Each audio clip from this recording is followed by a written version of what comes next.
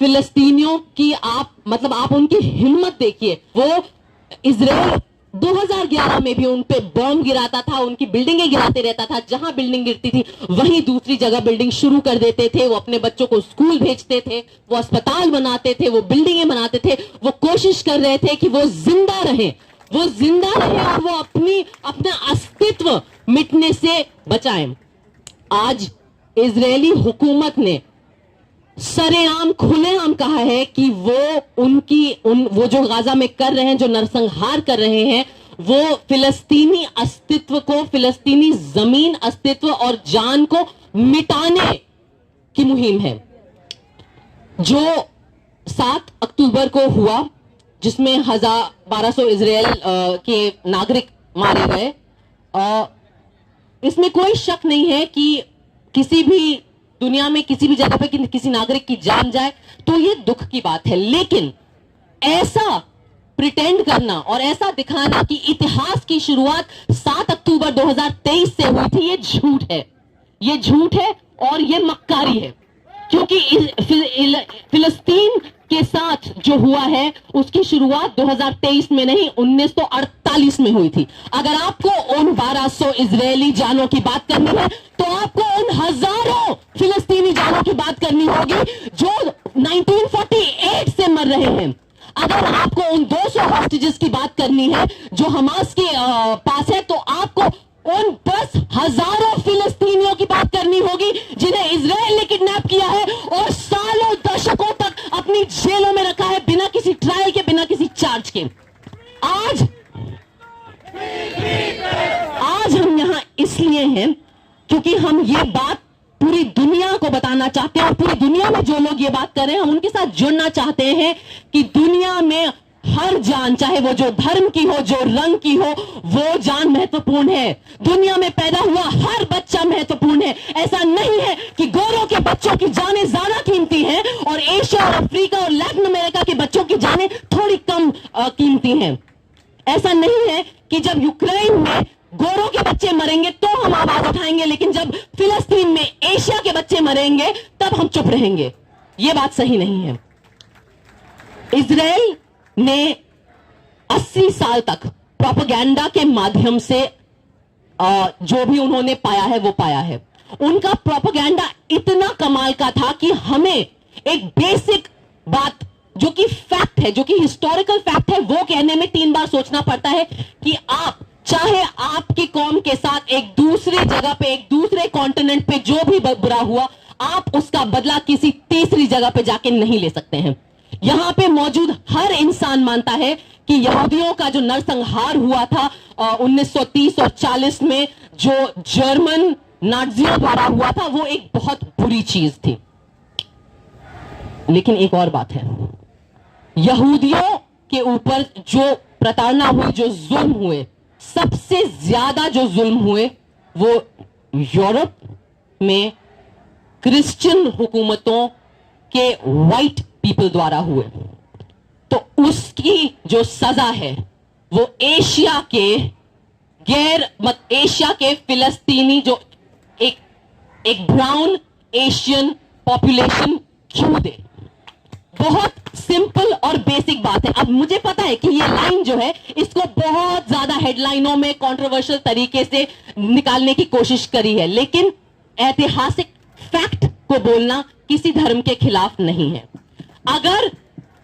अगर आप फिलिस्तीन का इतिहास देखें तो उस जगह पे यहूदी, मुसलमान और क्रिश्चियन पॉपुलेशन सदियों से रहे हैं और वो बहुत अमन चैन से रहे हैं।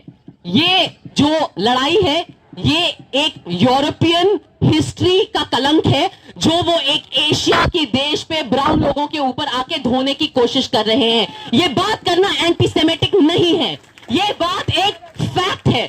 और 7 अक्टूबर के बाद जो गाजा के लोगों पे जो बर्बरता हुई है, जो जुल्म उन्होंने झेले हैं, जो नरसंहार हो रहा है, जिस हैवानियत और दरिंदगी के साथ इजरायली हुकूमत अपनी हरकतें कर रही है, उसने इजराइल के प्रोपेगेंडा का पर्दाफाश किया है। वो जूइश हॉलोकास्ट और यहूदियों का हिस्टोरिकल ट्रॉमा इस्तेमाल कर रहे हैं अपने जुल्म के लिए।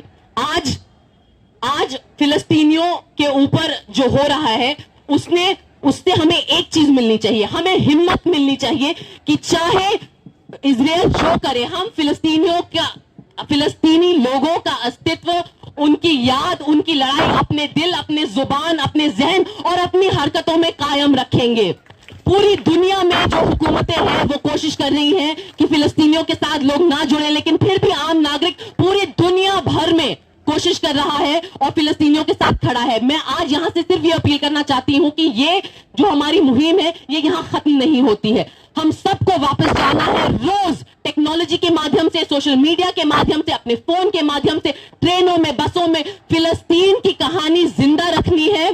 छोटे से छोटी पहल अपने घर में शुरू करिए, चाहे वो एक चीज बॉयकॉट करिए, आप एक छोटी सी चीज बॉयकॉट करिए, पर करिए जरूर।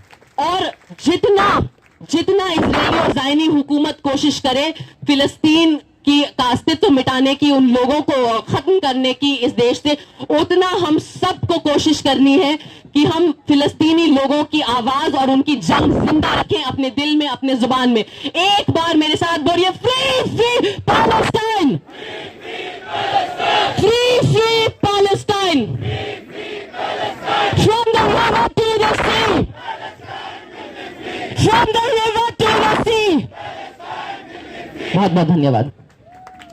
या ठिकाणी जब तक फिलिस्तीन आजाद नहीं हो जाता। गाजा ने दिसंबर 2023 हमास के हमले के बाद इजराइल ने गाजा में जो अटैक किए हैं उसमें 14,000 बच्चे, 25,000 महिलाएं, कुल मिला के 50,000 से भी ज़्यादा इंसानों की मौत हुई है और इसे नरसंहार कहा जा रहा है। ये तो सिर्फ बताने वाला आंकड़ा है, जानते नहीं इससे कितने ज़्यादा आंकड़े हो सकते हैं और इसका हम निषेध करते हैं। हम इस साम्राज्यवाद का भी निषेध करते हैं कि जो इस तरीके से लोगों का शोषण करने का काम कर रहा है। कुछ दिनों पहले हमारे देश ने भी सिंदूर नाम का एक ऑपरेशन चलाया था और इस सिंदूर ऑपरेशन होते ही 24 घंटों के अंदर एक कंपनी आ गया, मेरे ख्याल से रिलायंस, और उसने कहा कि इस सिंदूर का हमें ये चाहिए, पेटेंट चाहिए। और इस तरीके से देश के हालात कुछ भी हो, इंसानों के हालात कुछ भी हो, लेकिन मुनाफा कमाने वाले कुछ लोग होते हैं। उसी तरीके से वहां पर भी कुछ लोग हैं जो दोनों साइड की बाजू ले रहे हैं। और अभी जो हमें बताया गया पी साईनाथ की जी ने कि 3 बार जो वोटिंग हुआ उसमें से 2 बार हमने सीज फायर के खिलाफ वोटिंग किया। उसमें से एक रीजन ये भी है कि इजराइल जो 30% मिलिट्री वेपन्स एक्सपोर्ट करता है उसमें से सबसे बड़ा 30% लेने वाला भारत है। और अभी जो वोटिंग हुआ था जून में, तब हमारा और पाकिस्तान का कुछ बन नहीं रहा था, तो शायद हमें हथियारों की जरूरत थी, इसके लिए हमें खिलाफ वोटिंग करना पड़ा। जिस साम्राज्यवाद से मुक्त हम हुए हैं, आज उसी साम्राज्यवाद का बाजू हम ले रहे हैं। लेकिन भारत में किसी भी विचार की सरकार हो, लेकिन ये देश कबीर, रविदास, शिव, शाहू फुले, अंबेडकर, इनके विचारों का भी है। और इसके लिए कुछ दिनों पहले जब हमने परमिशन मांगी थी इसी तरीके की आंदोलन की, तो वो डिनाई करके सारे मुंबई के एक्टिविस्ट के घर के दरवाजे के नीचे पुलिस आई थी। कुछ लोगों को रात को 2 बजे लेके गई थी, कुछ लोगों को सुबह 10 बजे लेके गई थी। हमें भी डिटेन किया गया था पूरे दिन के लिए। लेकिन आज सुप्रीम कोर्ट ने ये निर्णय दिया है, उसके हाई कोर्ट ने, लेकिन उसके पहले ये कहा था जब उन्होंने निर्णय दिया था कि be a patriot and talk about issues in your country, but this is our issue. क्योंकि हम भारत के लोग इंसानियत मानते हैं और आज यहाँ पे आया हुआ हर नुमाइंदा इंसानियत के लिए खड़ा है। इसके लिए हम भारत भी जिंदाबाद बोलते हैं, हिंदुस्तान भी जिंदाबाद बोलते हैं और इस दुनिया के पूरे आवाम को भी जिंदाबाद करते हैं।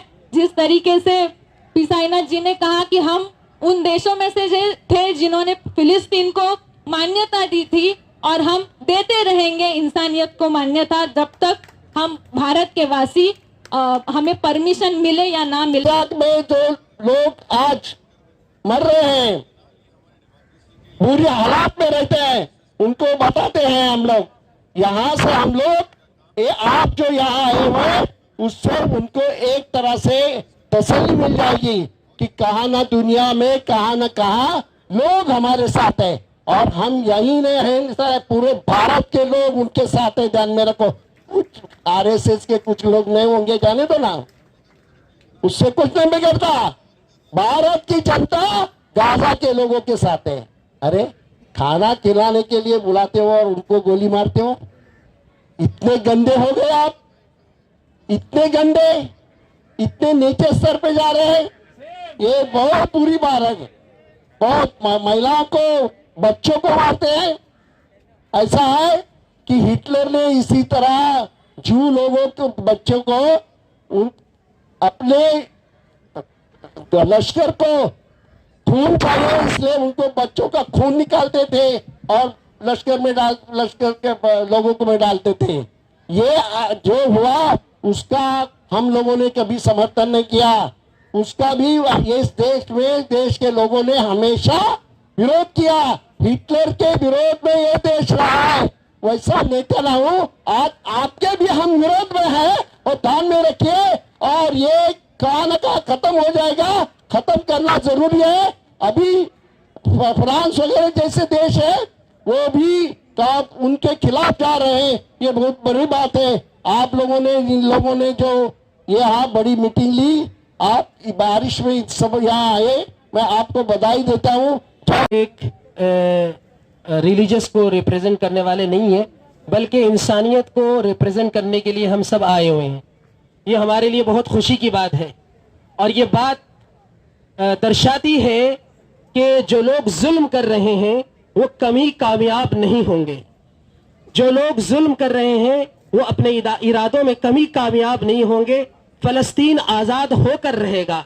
नेतन्याहू और उसकी तमाम तंजीमें, उसकी फौज फलस्तीनियों को नीचा नहीं दिखा सकती है। और यहाँ जो आए हुए हैं ये पूरे हिंदुस्तान को रिप्रेजेंट कर रहे हैं। एक एक बंदा जो यहाँ आया हुआ है वो हर एक बंदा फलस्तीन के साथ ठहरा हुआ है।